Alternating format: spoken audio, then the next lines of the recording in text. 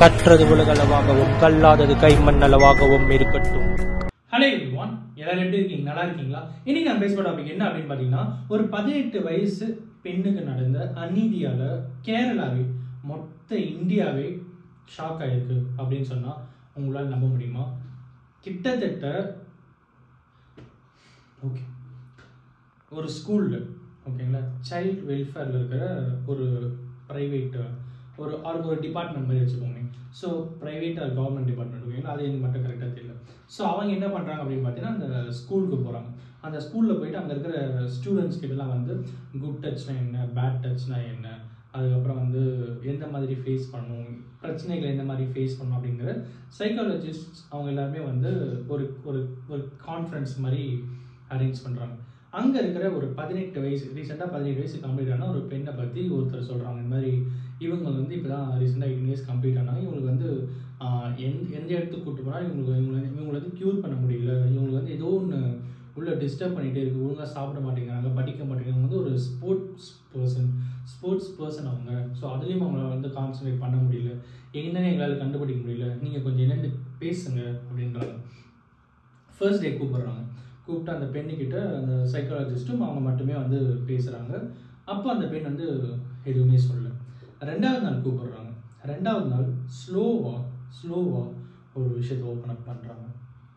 அதை கேட்ட சைக்காலஜிஸ்ட் அவரே வந்து உறைஞ்சி போகிறாரு, ஷாக் ஆகுறாரு. அதுக்கப்புறம் அவங்க பேரண்ட்ஸ் கிட்ட அவங்க வீட்டுக்கு போயிட்டு அவங்க பேரண்ட்ஸை வெளியே வச்சுட்டு அவங்க வீட்டில் வந்து அந்த சைக்காலஜிஸ்ட் வந்து அந்த பெண் கிட்ட பேசுகிறாங்க. அப்போ தான் நடந்த மொத்த விஷயமும் அவங்க சொல்கிறாங்க. ரொம்ப ரொம்ப ஷாக் ஆகுறாரு அந்த சைக்காலஜிஸ்ட். என்ன ஆகுது அப்படின்னு பார்த்தீங்கன்னா, அந்த பெண்ணுக்கு 13 வயசு இருக்கும்போது, அதாவது 5 வருஷத்துக்கு முன்னாடி ஓகேங்களா, அந்த டைமில் 16 வயசு ஒரு பையன், பக்கத்து வீட்டில் இருக்கிற ஒரு பையனை, அந்த பையனும் அவங்க வந்து ஃப்ரெண்டாக இருக்காங்க. ஸோ அந்த டைம் அவன் என்ன பண்ணியிருக்கான் அப்படின்னு பார்த்தீங்கன்னா, அந்த பெண்கிட்ட வந்து தவறாக நடந்திருக்கான். அந்த பெண் அதை அனலைஸ் பண்ணுறாங்க. ஸோ இன் பிட்வீன் அந்த வந்து ஒரு லவ் மாதிரி அந்த ரிலேஷன்ஷிப்பை எடுத்துகிட்டு போகிறாங்க. அந்த 13 வயசு, அப்போ அந்த பெண்ணு 13 வயசு, அவனுக்கு வந்து 16 வயசு. அப்போவே அந்த ரிலேஷன்ஷிப்பை ஃப்ரெண்ட்ஷிப்லேருந்து லவ் மாதிரி எடுத்துகிட்டு போகிறாங்க. அந்த டைமில் இவன் வந்து அந்த பெண்கிட்ட தப்பாக நடந்துக்க ட்ரை பண்ணுறான். ஸோ அந்த டைமில் அவன் என்ன ஆகுது, அந்த பெண் வந்து வீட்டுக்கு வந்துடுறாங்க, அந்த ஸ்டூடெண்ட்.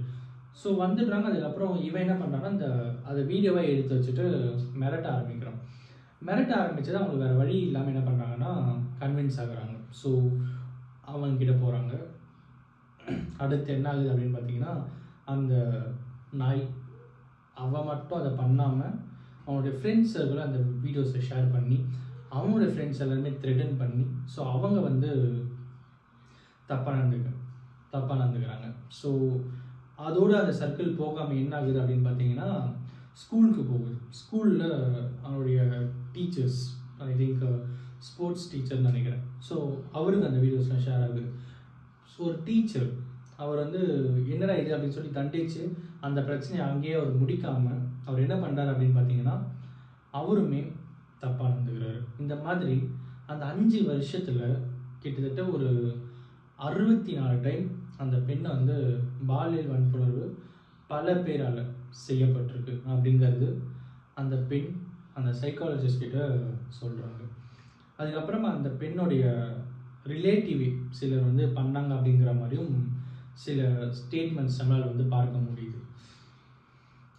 இந்த வீடியோ நான் எதுக்கு மேக் பண்ணணும் அப்படின்ட்டு நான் ஃபர்ஸ்ட்டு யோசித்தேன். பட் இருந்தாலும் சொல்ல வேண்டிய ஒரு சுச்சுவேஷன். அண்ட் ஓகே, ஸோ அதுக்கப்புறம் என்ன ஆகுது அப்படின்னு பார்த்தா, அந்த சைக்காலஜிஸ்ட் கிட்ட அந்த பெண் என்ன பண்ணுறாங்கன்னா, அவங்களுடைய அப்பாவுடைய மொபைலில் இருக்கிற சிலருடைய முக்கியமான ஒரு 30 பேர்கிட்ட கான்டாக்ட் பண்ணிக்கிறேன். அந்த 30 பேரோட கான்டாக்ட் அந்த சைக்காலஜிஸ்ட் அவங்ககிட்ட கொடுத்து இவங்க எல்லாருமே என்கிட்ட தப்பாக இருந்தாங்க அப்படின்ற மாதிரி ஒரு விஷயத்தை அவங்க வந்து சொல்கிறாங்க. அதுக்கப்புறம் அந்த சைக்காலஜிஸ்ட் அவங்க வீட்டில் பேசிட்டு ஒரு போலீஸ் கம்ப்ளைண்ட் கொடுக்குறாங்க. 24 பேர் குழு கொண்டு அந்த போலீஸ் டிபார்ட்மெண்ட் என்ன பண்ணுறாங்க அப்படின்னு பார்த்தீங்கன்னா, நிறைய பேர் மேலே எஃப்ஐஆர்ஸ் ஃபைல் பண்ணி அரெஸ்ட் பண்ணியிருக்காங்க. இன்னும் நிறைய பேர் அரெஸ்ட் பண்ணுறதுக்கு அடுத்தடுத்த ப்ரொசீடிங்ஸ் வந்து போயிட்டுருக்கு அப்படிங்கிறதும் இந்த கேஸில் நடந்த ஒரு விஷயம். ஒரு ஸ்போர்ட்ஸ் பர்சன் இன்னைக்கோ ஒரு நாள் கண்டிப்பாக அவங்க ஜெயிப்பாங்க அப்படிங்கிற ஒரு மிகப்பெரிய ப்ரேயரை இந்த வீடியோவில் நான் அவங்ககிட்ட எடுத்து வச்சுக்கணும் அப்படின்னு நினைக்கிறேன்.